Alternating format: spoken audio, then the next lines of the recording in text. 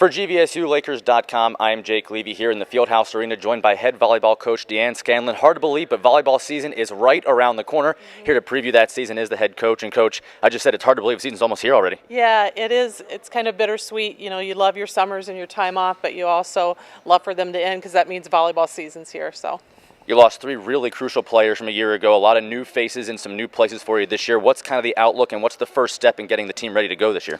Yeah, you always miss your seniors. They always, even if they don't play, they provide, leadership. Anybody that's played college sports for 4 years, it's a hard thing to do, so to say goodbye to them. But we have some good kids returning too.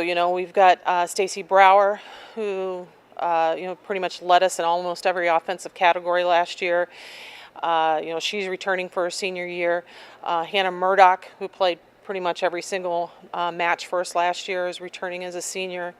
Jillian Butsevich, who started some matches, came off the bench, another senior, and then our senior libero, Kayleen Norris, is returning. So we lost some, but we have a good solid crew returning at the top. And then we have some incoming freshmen that I think are really going to make some noise. I'm excited. They were here for camps a couple weeks ago, so it was exciting to see them kind of mix with our returning players. So I think there are going to be some names you're going to hear from. So you have the 4 seniors plus 6 freshmen. So how important is the interaction between the seniors and the freshmen here early on? It's very important, and we've talked about that. We've talked to the freshmen how they need to have the mentality to hit the ground running when they get here in August, because our expectations are they're going to be fighting for some starting positions. So don't hold back. Be yourself. Be who you are.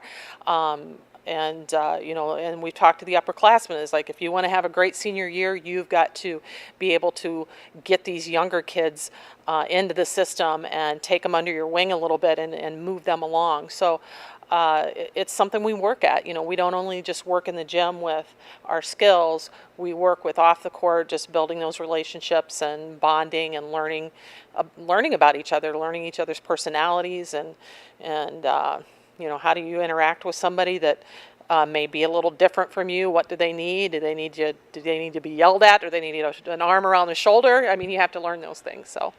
And then, Coach, with that season coming up so quickly, you mentioned some of those key returners coming back. Are there maybe some names that we haven't heard in years past that we should look out for, particularly this year?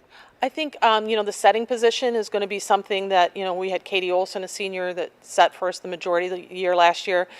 So setting is going to be kind of a position. Frankie Cavallaro is, she had a great spring. She's a left-handed setter, brings a lot of energy to the floor. I think she's bonded really well with our hitters. And then Emily Flagstead was a middle that got some playing time later in the season last year. She's battled some injuries. We're hoping that she can stay injury-free because she's a big, 6'2" kid that's just a heavy arm. So we hope that she can, have some healthy knees is basically what her problem is. She's got old lady knees right now, and she's 19 years old. So I think she's done some things over the summer to help with that. So, and again, like I said, the freshman class, we have Allie Thompson, who, you look at her resume. It'd take me half an hour to go through her resume, but she's, she led her team to a state title in Ohio, was Player of the Year in her area in Cincinnati. She was an Under Armour All-American. She's the only All-American named that was going to play at a Division II school. So she's someone that we think can really play any position. We have our first international player that's joining our squad from Bolivia, I just think that's going to just be an exciting thing, not only about her playing abilities, but just having that type of interaction on her team and kind of welcoming her to the United States and kind of being her family away from home. I think that dynamic is going to be a real bonus for our team this year. And then finally, Coach, speaking of away from home, you start this season on August 24th in Ringe, New Hampshire. You don't come home for about 3 weeks. Yeah. How crucial is that first stretch of 3 weeks on the road continuously going to be? Yeah, I think it is. I think, again, it's another opportunity to team build.